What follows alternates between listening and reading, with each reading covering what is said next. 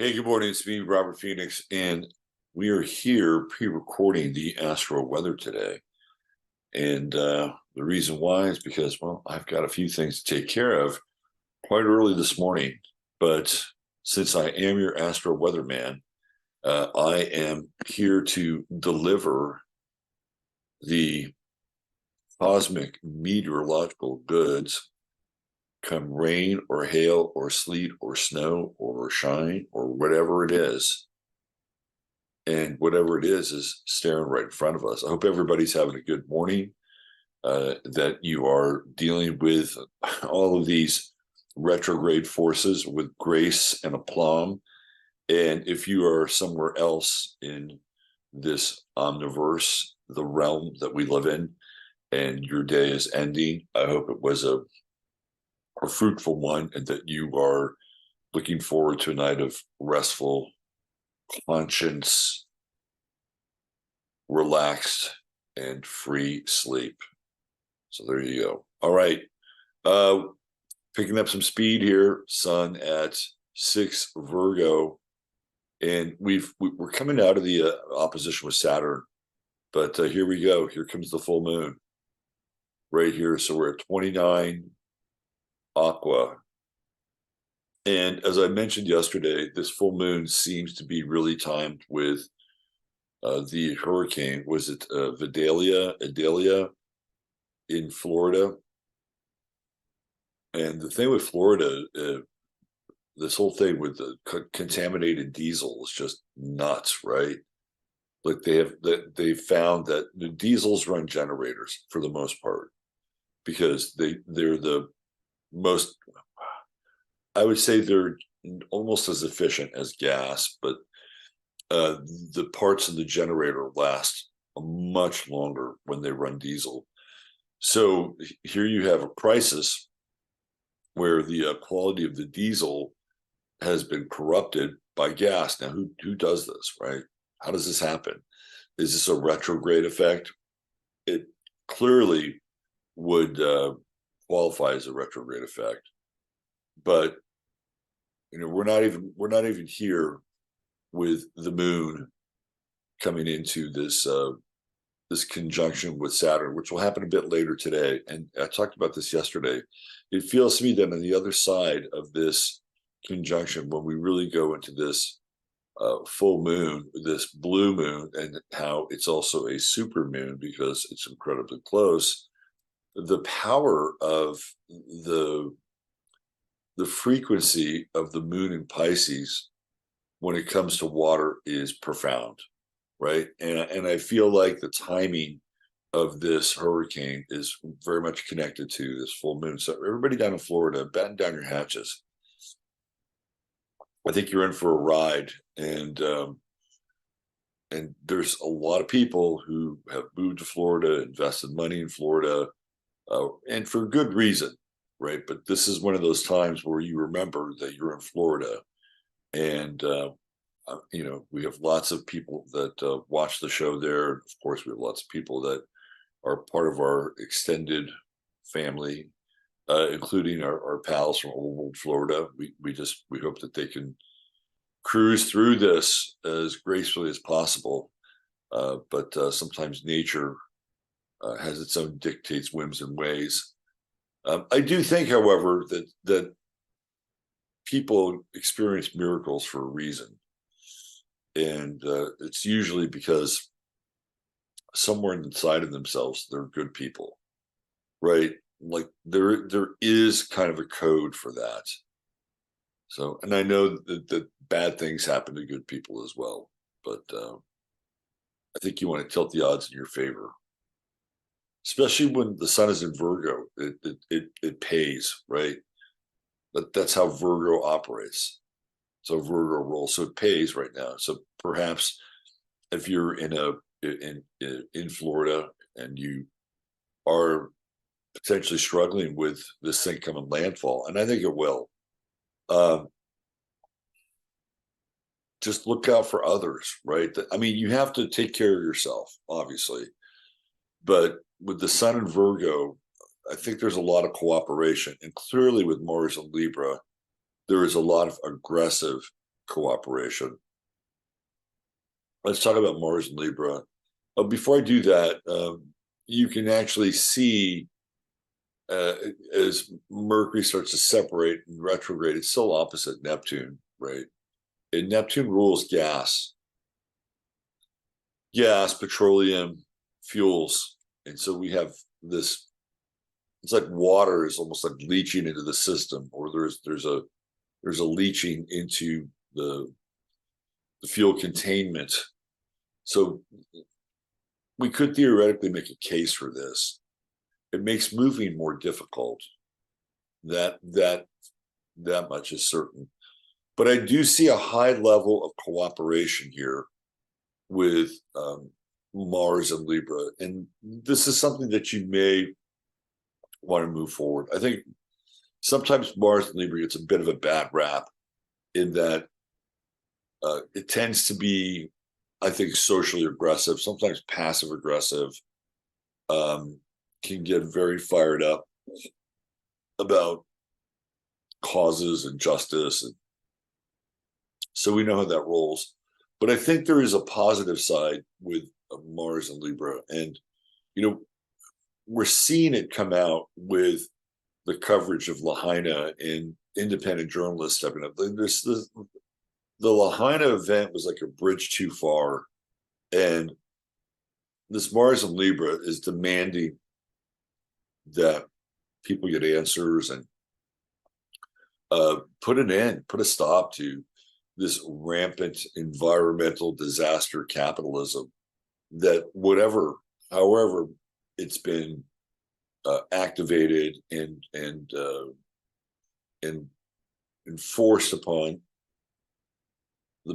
not the masses itself, but a select group in a select area. Like, it's got to stop. People are going to be like, if Mars and Libra goes to the streets, look out. We know that Mars in Aries was violent, to say the least, during the summer of Floyd.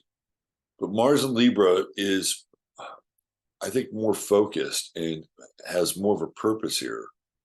So it can also be very good at helping other people in times of crisis and emergency.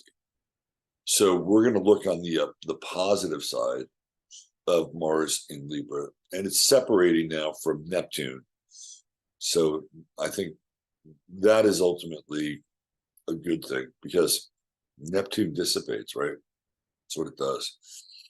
It literally sucks the juice, sucks the chi, sucks the life force out of the planets in opposition. We have an inconjunct alert today, and that is Mars and Saturn. Who's in charge? That's the question. Who is in charge? There are a lot of people asking that question. And I think this is one of those days where you'll see people who don't have the authority try to use the authority. That in your own personal life, that's an easy spot, an easy tell. Like, if you're working and you have some kind of supervisor or director or something like that, then in conjunct with Mars could be overstepping the boundaries of what that person should do. I had somebody call me last night. The exact same scenario happened. This guy who was put on the board of this corporate/hybrid nonprofit just absolutely became tyrannical with my friend who started this corporation/hybrid. She started it, I'd say probably about 10 years ago. And this guy was so out of line that people actually called her after this board meeting, expressing their anger and utter shock that this is how this guy comported himself and treated her. This is what I'm talking about, right? This is what I'm talking about. This Mars in conjunct with Saturn. And this happened just yesterday. So keep your eye out for things like this. This is when petty tyrants sort of emerge. And even yesterday, I was kind of dealing with my anger a bit yesterday as well. So this is a tricky one here. This is a really tricky in conjunct, and we're just moving into it now. And it takes and requires a great deal of self-possession and restraint. Now, there are some things that you can do with Mars still. You still have that Mars-Pluto trine, which is, I think, quite good, actually. Even as Mars begins to separate, your hard work will not be of it will go unnoticed. That's number one. And number two, you can still further your cause. Even now when Mars is outside of Virgo, you can still further. It helps if you have more than one set of hands. And that's I think the beautiful part about Mars and Libra is that if you can link up with the right person, if you can join forces together, it can be quite powerful. If you know, you can balance each other out, you can have the same ideological predisposition. I think it can be quite good. We're getting ready to have Venus here station before it goes direct. It's in one of its final retrograde phases in Leo, and I think when it gets to station, it really becomes much more evident and palpable in some ways, and it feels like some tension in relationship flattens out, and there's a pause before moving forward. And here I really do think that Venus isn't just about relationship. It's about your relationship to things that you're passionate about. And I wouldn't use the station as a calm before the storm metaphor, but it certainly does represent a pause before you make significant decisions about where you want to put your energy, your passion, your time, your love, your commitment, and in some cases, who you want to do that with.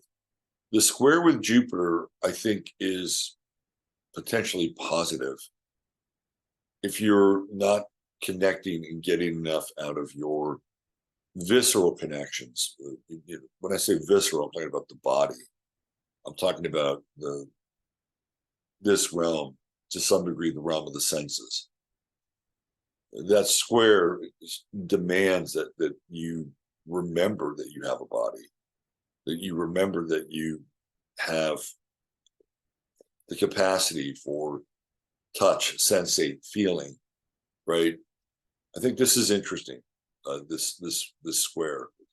Also, we can kind of extrapolate and look out at another level to your relationship with the things that you own. The Taurus is all about possessions and material goods.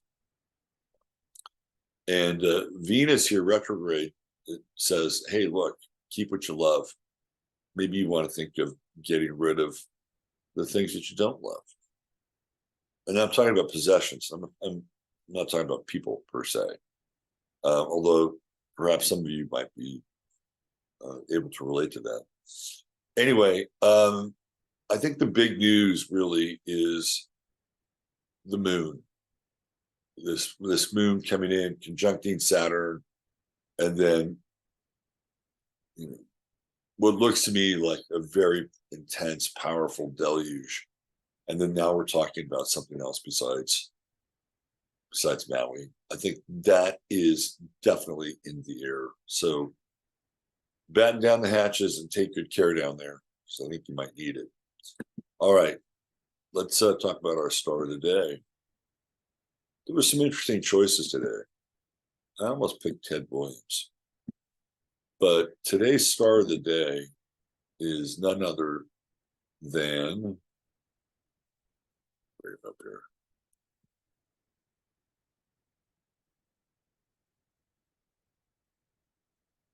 Warren Buffett. Yes, Warren Buffett is a Virgo.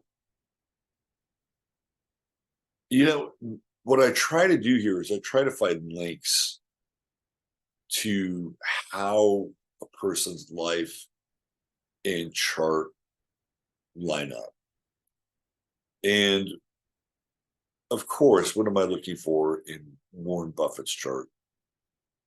I'm looking for his connection to money and information and assets and resources.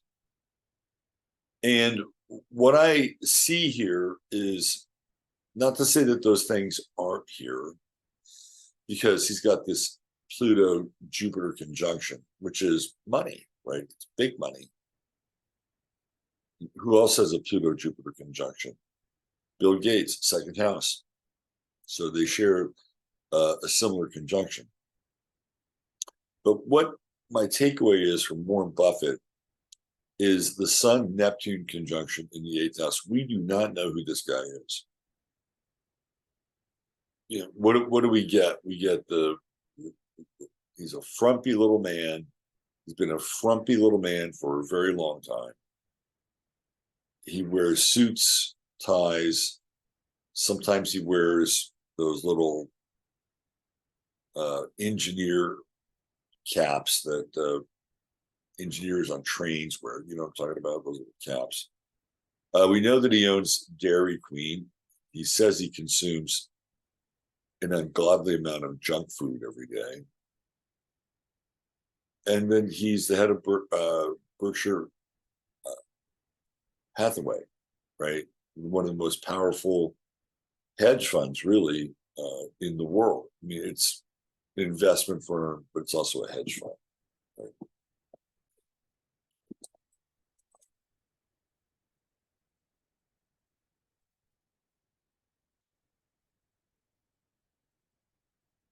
So what I'm interested in is who the man is that we don't know.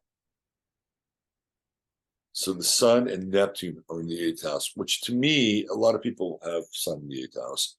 When you put it together with Neptune, and it's almost like a cloaking device. We just do not know what really goes on behind the scenes with Warren Buffett. Now, I'm going to throw out some speculation here. And when I look at his chart, it makes the speculation seem a bit more plausible. Speculation is, and I'm putting this in quotes, that Warren Buffett is not just a tighty-whitey American investor, that Warren Buffett has his hands in a lot of illicit activities, just like the gangsters of the 20s and the 30s. And Warren Buffett is a gangster. And again, this is in the realm of speculation and perhaps, I wouldn't say innuendo, because I'm going to come right out and say it.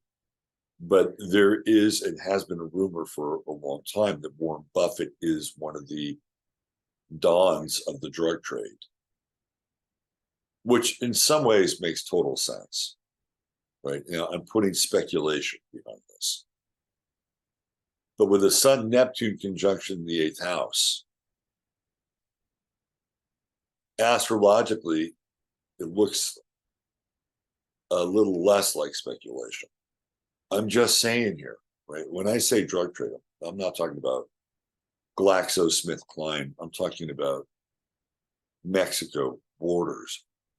Like if you're doing business in the United States, again, this is theoretical, with the drug trade, this is one of the guys you have to go through. If that was the case, it would not surprise me. Even over here with Pluto and Jupiter in the seventh house, partnerships. These are partnerships. And a lot of times with Pluto, you will get partners or people in the seventh house with this Pluto assignation or this Plutonian aspect here that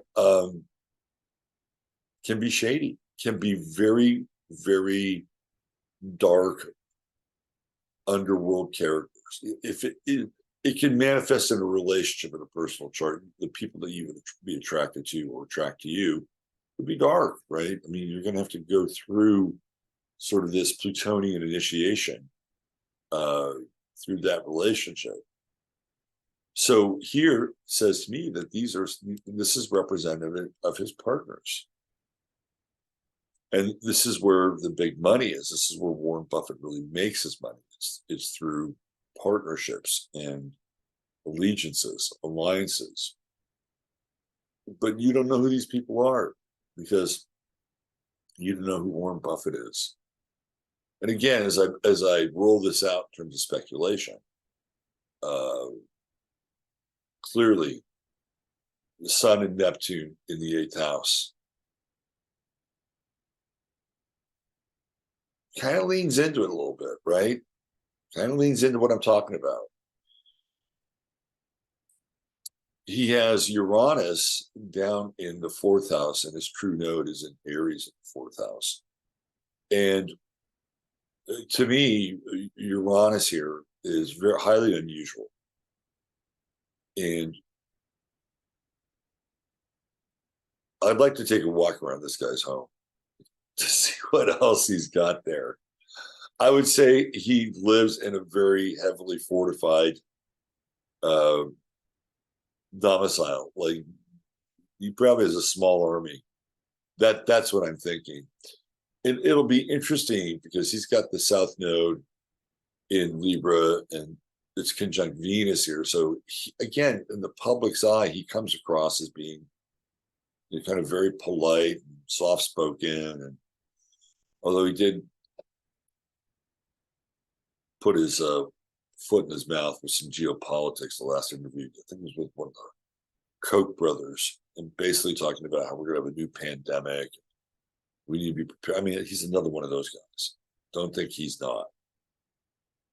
But it'll be interesting when the true node comes in about halfway through its transit and hits Uranus in his chart, and everything gets lit up. The square to Saturn, the square to Jupiter, because he has this kind of twisted grand cross in his chart. I don't think Warren Buffett has a classically easy chart in a lot of ways. But I think the guy has learned how to cloak himself with this Sun-Neptune conjunction. Definitely. He's got Chiron right around here.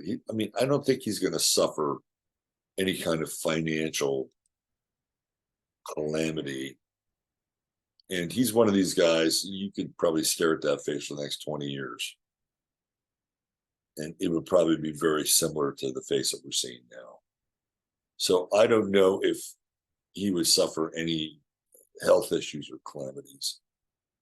But I think he might experience a rival with the true node coming through here and about halfway through its transit, conjuncting Uranus. He might experience a rival. That would be interesting. Somebody might take Warren Buffett on.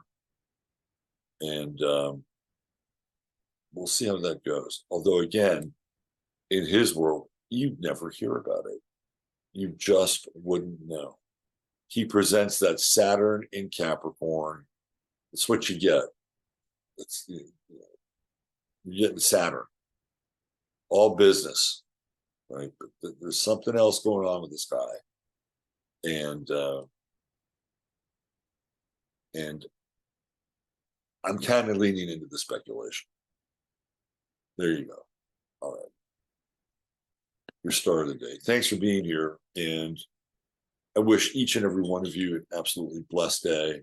And if you're interested, of course, in some of the best CBD products that you can find on the internet, please go check out True Hemp Science with my friend, my good buddy Chris, who has all these wonderful blends specifically made for improving the function of your body, mind, and spirit. And all you got to do, if you spend $100 or more, type in 15 MINS, that's 15 minutes. 15 15 minutes, and you will get free product when you spend $100 or more. Free shipping with $150 or more, and of course, a 30-day money-back guarantee. So there you go. Thanks for being here. Thanks for enjoying the Astro Weather.